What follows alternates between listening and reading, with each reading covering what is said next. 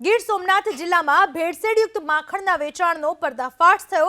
જિલ્લાના કોડીનાર, ગીર ગઢડા અને ઉનામાં માખણનું વેચાણ કરતા શખ્સોને ત્યાં પોલીસે દરોડા પાડ્યા।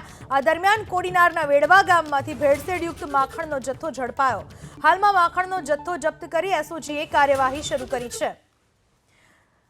નકલી માખણનો જથ્થો ભેળસેળયુક્ત માખણનો જથ્થો ઝડપી પાડવામાં આવ્યો છે। ગીર સોમનાથ જિલ્લામાં એસઓજીએ દરોડા પાડ્યા। ગીર સોમનાથના કોડીનાર અને ગીર ગઢડા તેમજ ઉનામાં માખણના વેપારીઓને ત્યાં દરોડા પાડવામાં આવ્યા। ત્યાં કોડીનારના વેડવા ગામેથી ભેળસેળયુક્ત માખણ ઝડપી પાડવામાં આવ્યું છે। આ ભેળસેળયુક્ત માખણનો જથ્થો જપ્ત કરીને એસઓજીની ટીમે વધુ તપાસ શરૂ કરી છે।